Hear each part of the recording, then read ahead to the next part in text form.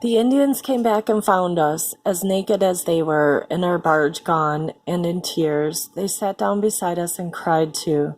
I cried all the harder to think people so miserable had pity for us. I have informed your Majesty of their tears and mine. These simple Indians were the first relenting of nature to us in months and months.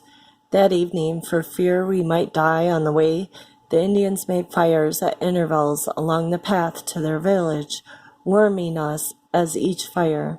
That night, and many nights after, we slept beside them on oyster shells which floored their huts, wrapped in hides against the cold winds from the sea. While we were subjects of your Majesty, we had everything life offers, and now we had nothing. To understand what it means to have nothing, one must have nothing. No clothing against the weather might appear the worse, but for us, poor skeletons who survived it, it was not. The worst lay in parting, little by little, with the thoughts that clothe the soul of a European, and most of all the idea that a man attains strength through dirk and dagger in serving in your Majesty's guard. We had to surrender such fantasies till our inward nakedness was the nakedness of an unborn babe, starting life anew in a womb, sensations which in themselves can be mysteriously nourished. Several years went by before I could relax in that living plexus for which even now I have no name. But only when at last I relaxed could I see the possibilities of a life in which to be deprived of Europe was not to be deprived of too much. Tempests came, and we could pull no more roots from the sea channels. The cane brake yielded no more fish. People died in the flimsy lodges. News came that 5 Spaniards further down the coast, men from another barge, had eaten one another up until but one remained. This deed startled the innocence of our Indians. They debated whether to kill us, to be rid of us. Instead, they made us their beasts of burden. In April, the Indians went down to the sea, taking us with them. For a whole month, we ate blackberries of the sand dunes. The Indians danced incessantly. They asked us to cure their sick. When we said we did not know how to cure, they withheld our food from us. We began to watch the procedure of their medicine men. It seemed to us both irreligious and uninstructed. Besides, we found the notion of healing Indians somewhat repellent, as your Majesty will understand. But we had to heal them or die, so we prayed for strength. We prayed on bended knees and in agony of hunger. Then over each ailing Indian we made the sign of the cross and recited the Ave Maria and a Paternoster. To our amazement, the ailing said they were well, and not only they, but the whole tribe went without food so that we might have it. Yet so great the lack of food for us all, it seemed impossible that life could last. Truly, it was our amazement that the aliens said they were well. Being Europeans, we thought we had given away to doctors and priests our ability to heal. But here it was, still in our possession. Even if we had only Indians to exercise it upon, it was ours after all. We were more than we thought we were. I am putting my words together for whatever intelligence there may be in the world. There is no other reality among men than this intelligence, sire. It is greatly to your glory that you can incarnate it. To be more than I thought I was, a sensation utterly new to me. Starvation, nakedness, slavery, sensations utterly new to me. Also, the last of my fellow Spaniards on the island dies. Nothing to eat after the sea roots sprouted but the blackberries of the sand dunes. Nothing to protect me from the attack of the terrible frost or the terrible sun.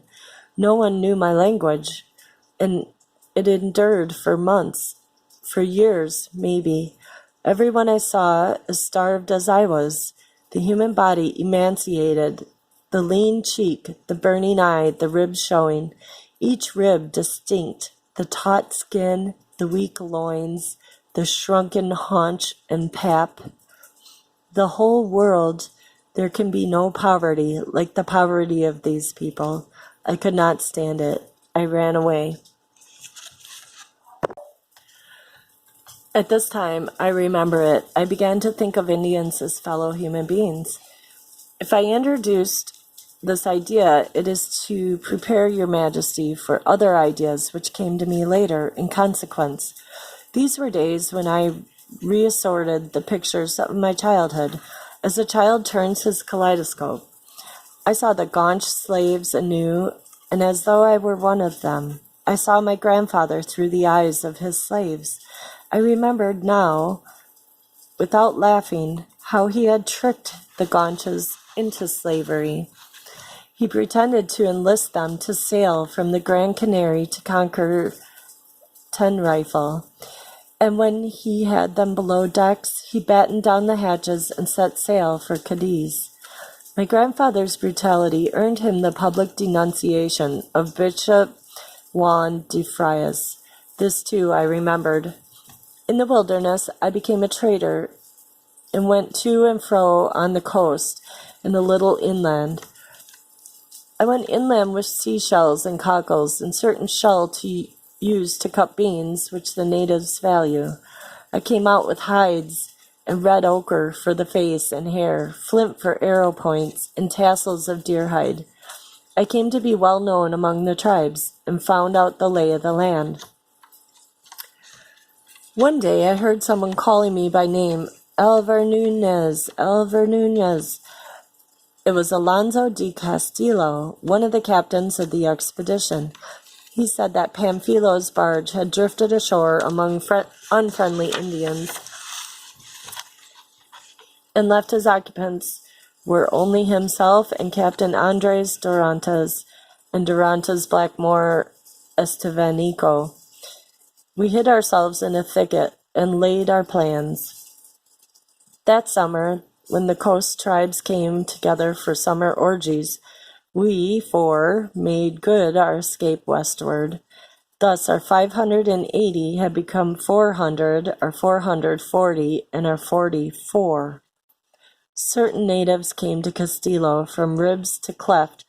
They were having spasms, and they begged him to cure them. He prayed and required us anxiously to pray with him. When he had done praying, he made the sign of the cross over the Indians, and their spasms left off. We knelt down to give thanks for this new amazement. Through this religion there are no trails, and I lost my way. I found a burning tree to spend that very cold night beside. In the morning I loaded myself with dry wood and took 2 burning sticks. Thus, with fuel and fire, I went on for 5 days, seeing nobody, but having the sun with me by day and Mazzaroth and Arcturus by night. These 5 days I felt a numbness of those organs which keep one aware of the misery of existence. When curing sick Indians, I have struggled to shut out the thought of Andres and Alonso, for we were self-conscious, knowing one another's sins. And in the effort of praying, I felt as though something in me had broken to give me the power of healing. But alone in this wilderness, no tissue of the body hindered the mysterious power.